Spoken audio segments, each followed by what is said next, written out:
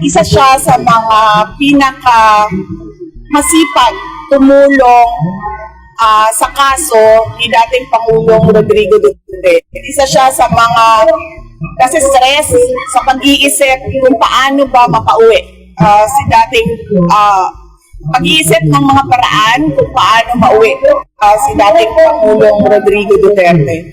At isa pa ay yung personal ko, no? Siyempre, kung ikaw may kapatid na presidente o kahit anuman, kahit hindi kayo mga public officials, na kapag meron kayong hindi pinagkakasubuan ng kapatid, ay malungkot yun. Lalong-lalo na kapag hindi ka kinakausap. Awa.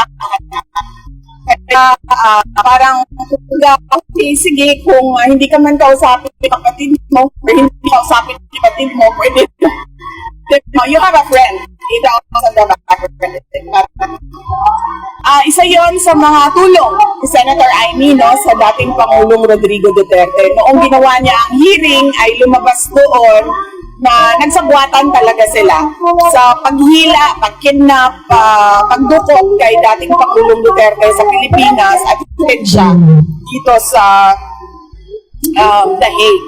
At merong chairperson's report sinabit niya sa ombudsman na kami ay nagdadasal at na sana ay maakyat or ma-file na yung mga cases dyan sa ombudsman doon sa mga tao na